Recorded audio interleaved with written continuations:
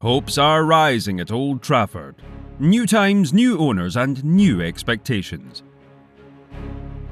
Billionaire Sir Jim Ratcliffe has become a co-owner of Manchester United and he promises to return the club to the world football elite. You better watch out, Champions League. Today, the Football Club channel will tell you about the new Red Devils project in detail. Where will the money go? Who will be the first in and out signings? And what objectives will be set for the club in general? Grab your viewing snacks and let's begin. Let's get into it. Dear Manchester United fans, please leave us a like so that as many fans of the club as possible can watch this video. Thank you.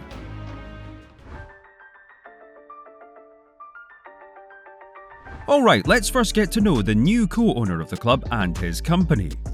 Sir Jim Ratcliffe is considered to be one of the richest people in Britain. The Sunday Times Rich List estimates his worth to be £29.6 billion, making him the second richest man in the UK. Ratcliffe considers himself a fan of Manchester United since childhood. He grew up in Failsworth, a few miles from Manchester city centre, so buying the Red Devils shares is actually the realisation of his childhood dream. But to be honest with you, he is still a typical businessman who already has been chasing football clubs for a long time. Earlier on, he tried to buy Chelsea and made an offer to Laporta for 50% of Barcelona's stakes.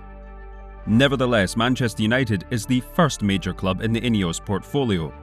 The company owns shares in clubs such as Lausanne Sport and Nice, who are currently in second place in Ligue 1, and which, according to the latest insiders, Ratcliffe plans to sell for £80 million and use that money to buy more stakes in United.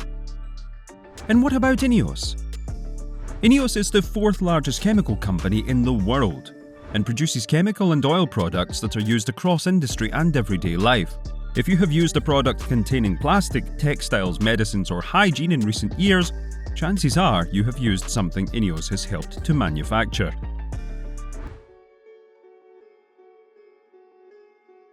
Manchester United's takeover saga is over. Sir Jim Ratcliffe's Ineos have secured a 25% stake to gain supporting control and is also investing $300 million into the club.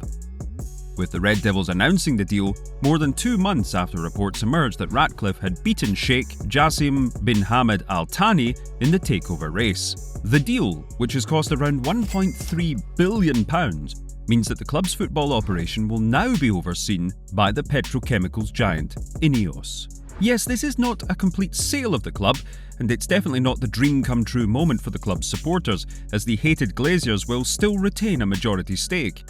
Despite that, the first step towards change in a stagnant club was made, and therefore cautious optimism began to appear among the fans for the first time in a long time. Ratcliffe went from wanting to buy 69% of the club's shares, then there was an offer for 50%, but eventually the American owners of the club only agreed to 25%. The first task of the Red Devils owners will be to win the fans' love, because during the takeover saga, Sir Jim had the impudence to call the Glazer family charming and very nice. Of course, the United fan community found such compliments rather upsetting. The second task will be the redevelopment of Old Trafford, the Theatre of Dreams, a nickname which has been lost in time, you see. The last renovation was carried out in the distant past of 2006, and amid other big Premier League club stadiums, United's home venue looks a little bit obsolete. Take its latest innovations, for example. They have implemented a stable Wi-Fi connection. How do you like the achievement of the Glaziers? But there are many problems to fix too. The scorecard hasn't been changed since the early 2000s. There are no video screens. The roof of the Stretford end is leaking.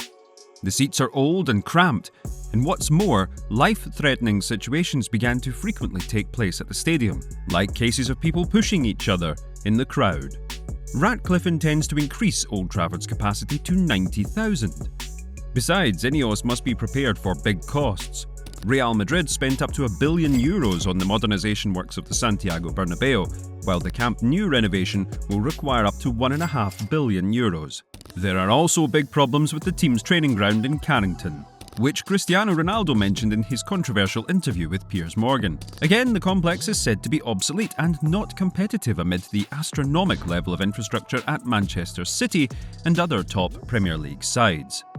The reconstruction of Old Trafford and the club's infrastructure are reported to be among the main priorities of Ineos, and most of the money from the initial investment of $300 million will be used in these aspects. Large financial infusions into the women's team are also planned. Let's note another global objective, which lies in convincing the club's management to invest in the future and not be afraid of facing new challenges. But at the same time, we shouldn't forget about the debt black hole that still haunts Manchester United and to which the fans owe the Glazers board. And therefore, a very, very hard work needs to be done in order to change the club's overall financial dynamics. At the end of 2023, the club owes £725.1 million, and the Athletic writes about an updated debt of almost £1 billion. Unbelievable. Next up, we have to discuss changes within the club and its roster. First of all, there will be adjustments made in the club hierarchy, and the same goes for people who will be responsible for the key decisions. Chief Executive Richard Arnold has already been sacked, and Sporting Director John Murtough is expected to be next in line. He will most likely be replaced by Paul Mitchell, who already does some scouting work for United, such as watching Mason Greenwood play at Getafe. Mitchell worked alongside Mauricio Pochettino at Southampton and then Tottenham, and is credited for helping to sign Son Heung-min, Dele Alli and Kieran Trippier. He has since worked for RB Leipzig and Monaco.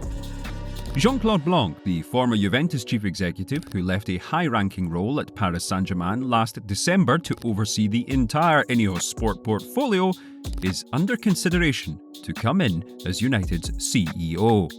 Sir Dave Brailsford is set to play a significant role. The 59-year-old is likely to undertake a review of existing operations before implementing changes. In particular, he will closely monitor the process of Erik ten Hag, about whom there are quite contradictory rumours. Ineos seem to be satisfied with having a manager of such calibre at the club, but his recent results show that something isn't working and improvement is needed. Graham Potter is known as Ratcliffe's personal favourite, in case Ten Hag fails to improve the situation. According to the agreement, Ineos has all the power in terms of making sporting decisions. In the hands of Ratcliffe and his team are choices regarding Ten Hag and the club's transfer affairs. The new management thinks of the strategy of selecting players and the exorbitant costs that they are acquired for as United's biggest problem at the moment. Ratcliffe has always closely followed Manchester United. For instance, he publicly slammed the arrival of Fred for £50 million. In addition, Ineos has already conducted the first analysis of transfers in and was shocked by the sums the club paid for the following performers. €62.5 million were spent on Mount. Antony cost £95 million. Højlund £73.9 million. Onana £50.2 million. Sancho £85 million. Casemiro £70.65 million. Varane £40 million. And Maguire £87 million. In total, we are left with a bill of €564.25 million paid for names which, even if they did bring benefits to the club, still had more of a short-term influence. Among other things, the club doesn't know how to properly sell their own assets. Fred left for £8 million. David De Gea left for free, and the club couldn't get any decent offers for Maguire, McTominay or Sancho. Ratcliffe and Ineos sporting director Sir David Brailsford will have to revamp United's recruitment network, and this marks yet another huge challenge for the new management team. The Red Devils will now be more selective in terms of signing new players. The club wants to bolster the centre-back position. The prioritised options for Ineos are 23-year-old Jean-Claire Todibo, the leader of the Nice defence, and 20-year-old Atalanta star Giorgio Scalvani. Given the fact that Ratcliffe owns Nice, agreeing a transfer for Todibo won't be much of a problem. Lille's Lenny Yoro and AS Monaco's Youssouf Fofana are two other candidates for the role who are being closely monitored by Manchester United. Manchester United expect to strengthen the midfield area with Bayern Munich's Joshua Kimmich, who will be open to a new challenge in the summer. Barcelona, City, Liverpool will all be featured in a pursuit for his signature. As for other positions, the club wants to boost the attacking line, where Rasmus Højlund is not living up to expectations. The options include Timo Werner, En-Nesyri, Sergio Guirassy and Joshua Zirkzee. The last two stand out as favourites, but the player's price tag will be the decisive factor here. If price tags would be too high, Manchester United could turn to a more budget option with En-Nesyri. Daniel Malin is yet another alternative to strengthen the attack, and the Borussia Dortmund winger is expected to be involved in the swap deal for Jordan Sancho. Finally, one should keep in mind the progress of Mason Greenwood, who could be brought back from his loan at Getafe due to his impressive display there. Ineos in particular do not rule out this turn of events, even in January.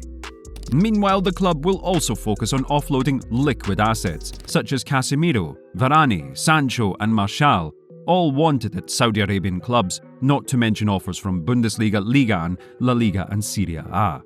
The said transfers out could happen already in January. Van de Beek, by the way, will move to Eintracht Frankfurt, thus ending his story at Old Trafford at last. However, the main transfer move Manchester United can pull off could be the signing of Kylian Mbappe.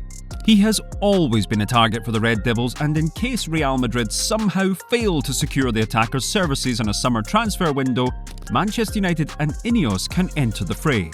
Kylian could potentially become a key investment for the company and in the successful future of the club from all aspects, both signing and commercial.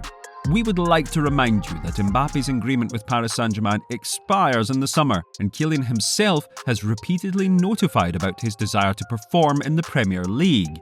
They will only need to win the race against Liverpool. The return of the club's academy to the leading positions is one more factor for the successful strengthening of the first team. Let's face it, Man United look very weak amid Man City's accomplishments in this direction. Maninu and Garnacho stand out among the latest stellar recruits, though Ineos has signed out this very direction as one of the highest priorities, and those that will be capable of returning United to the right path of development. Put the Manchester back into Manchester United. That was the slogan of the Ineos bid back in February. Needless to say, this is the main goal of the Ineos team led by Ratcliffe. We would see our role as the long-term custodians of Manchester United on behalf of the fans and the wider community, the company said. We are ambitious and highly competitive and would like to invest in Manchester United to make them the #1 club in the world once again.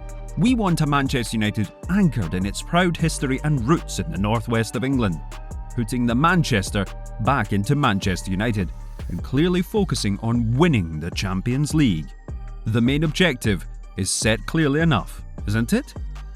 Guys, we wish Manchester United to bring back the new glory days to Old Trafford. Press the like button if you wish to see it with all your heart.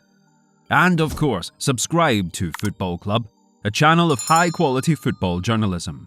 Come over to our new Buzz Quiz project and test your general knowledge. Have a good time watching. Bye.